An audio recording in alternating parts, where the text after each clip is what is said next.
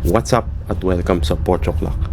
Dahil magkakaroon ng Game 7 ang 2025 NBA Finals, minabuti ko na tumingin ng mga relo ng mga manlalaro sa parehong kupunan na magkatunggali. Yan ang Oklahoma City Thunder, pati ang Indiana Pacers. Una, titingnan natin ang relo ni Chet Holmgren mula sa OKC Thunder. Pangalawa, si Tyrese Haliburton mula sa Indiana Pacers. At pangatlo, ang lahat ng miyembro ng Oklahoma City Thunder dahil sa regalo sa kanila ni Shai Gilgeous-Alexander matapos niyang manalo ng MVP. Hindi na ako magpapaligoy-ligoy pa. Tara na! On them, but this is some of my collection. I'll go through them a little bit. I'm a big Daytona guy, and I love my rose gold watches. So, very evidently, Chet Holmgren mentions here na this is a Daytona. Pero marami pong variants ang Daytona, at para malaman natin kung anong variant yan, kailangan natin tingnan yung bezel color niya. Mapapansin nyo, color matched yan sa case, pati sa bezel. Yung dial color niya, which is chocolatey. And then mapapansin nyo meron siyang stick markers as opposed to other variants na baguette markers. Dahil po dyan, tingin ko, this is a Rolex Daytona reference 126505. Ngayon, matatandaan nyo, in my previous videos, suot ito ni Manny Pacquiao and mismo meron po sila nyan. And ang Daytona ngayon talaga is one of the watches that is most sought after. Isa po yung hype watch, no, sa aking opinion. At ang SRP po nito halos 3 million pesos. Pero on the secondary market, you can find it for up to 3.5 million pesos depending on the year of purchase. Pagdating naman po sa alternative ng relong ito, I chose one from Alba. This is the 83K 12X1. This is, mapapansin nyo, isang chronograph, no. At mahalaga po yan na focus pagpili ko ng alternative. Dapat chronograph. Mapapansin nyo meron din tong goldish tone.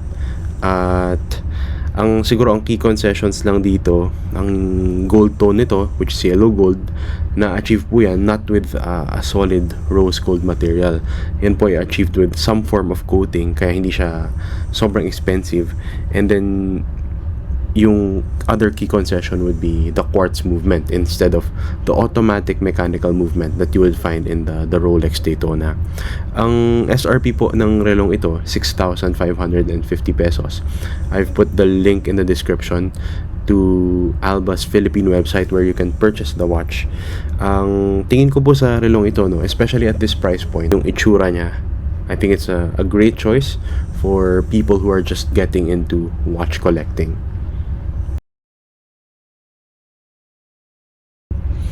Bago po ako mag-proceed, i-plug ko lang po. Meron po akong ongoing na giveaway para sa DG01 formula sa De Guzman & Company. Please click this link to the video kung gusto nyo pong mag-participate. Patuloy na tayo. Back in 2023, when I signed my deal, my agent called me to tell me that the deal was done. I was in a store, and I was so geeked. This is the first watch I saw. I said, I want that one. If I'm like playing bad or something, I like put this watch on. And I don't know why. It just like makes me think like humble beginnings. So, dito naman sa relo ni Tyrese Haliburton, no, from the Indiana Pacers, we have to take a look at the case shape and the color. So, yung shape niya is rectangular, and then yung color niya is parang gold po yan. Yung strap color niya din, tingnan natin kasi this is a color brown. And then yung size niya, no, medyo parang mukha siyang maliit just visually looking at it. And then yung crown niya, pag tinignan nyo, parang merong blue na nagsistick out. I think this is a cabochon.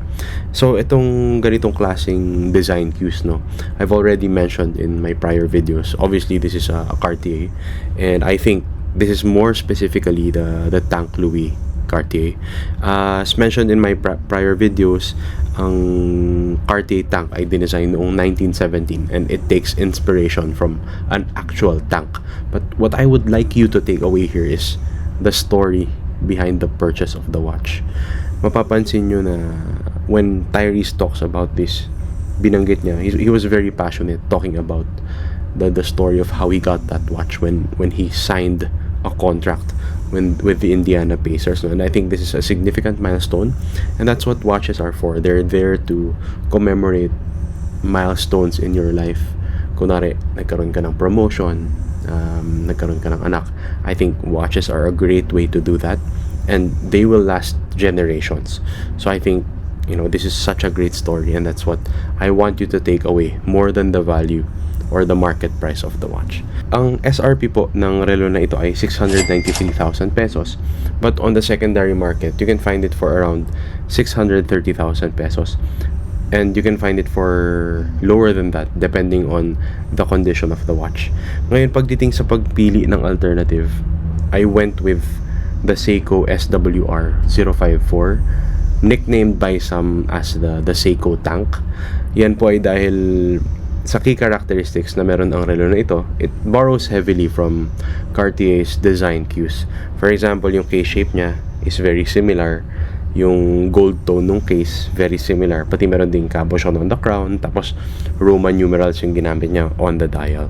Ang key concessions lang dito, this is gold coated, no, as opposed to the Tank Louis na talagang solid gold ang gamit niyan sa case. And then yung finishing niya, definitely the Cartier would have better finishing. The other one would be the strap and the strap color, kasi yung strap ng Cartier definitely in terms of quality would be much higher, and then yung color niya on this one is black as opposed to the brown on the Tank Louis. But I think this is sort of easy to quote-unquote fix, kasi pwede nyo naman palitan yung strap ng Seiko Tank. Now, on the secondary market, you can find this SWR 054 for right around 12,000 pesos. It's not available for retail here in the Philippines, but on the gray market you have a lot of options if you try to look hard enough.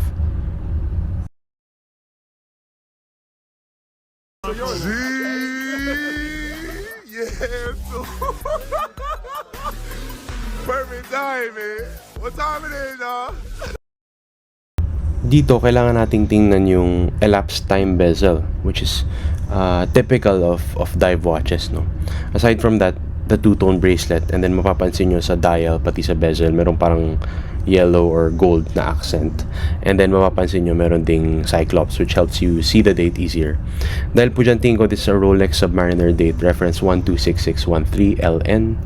Now, this watch, niregalo ni Shea Gilgeous-Alexander sa kanya mga kakampi. And I really think, again, it's the story behind the watch.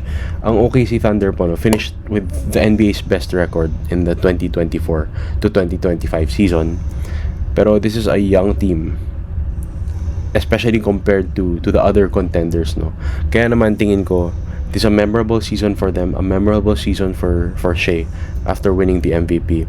And gifting his teammates this watch is especially memorable, no? So this is an event that I think he and his teammates will never forget, regardless of the outcome in Game 7.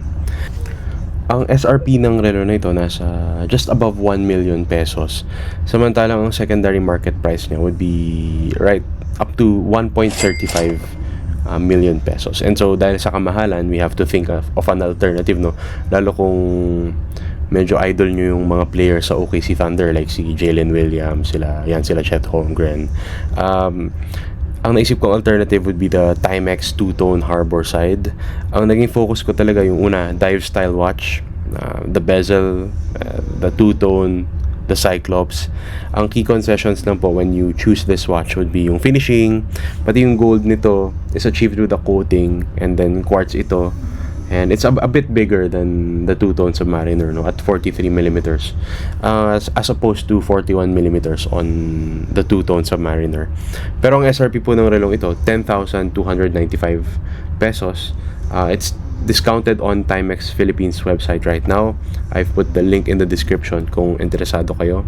I've recommended the Harborside as an alternative to the Submariner before, and this is a two-tone Submariner we're talking about now, and it's still a great alternative all the same.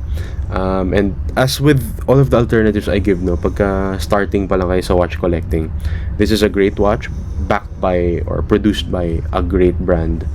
And yeah, I think this is something that you will also not regret purchasing, especially kung gusto nyo palang i-explore ang bukod sa watches, no, in general, also this style of watch. Congratulations. You are the NBA Kia MVP.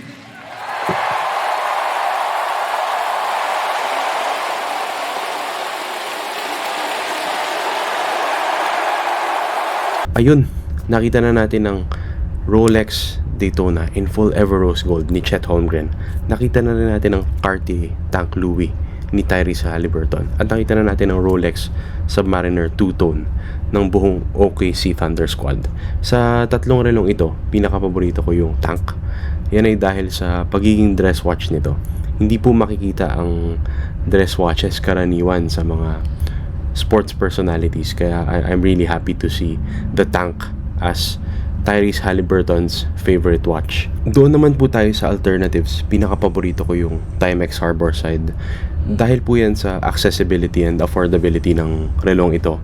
It achieves so much of the look of the two-tone Submariner without you having to spend too much. And I think it's a great choice for budding watch enthusiasts.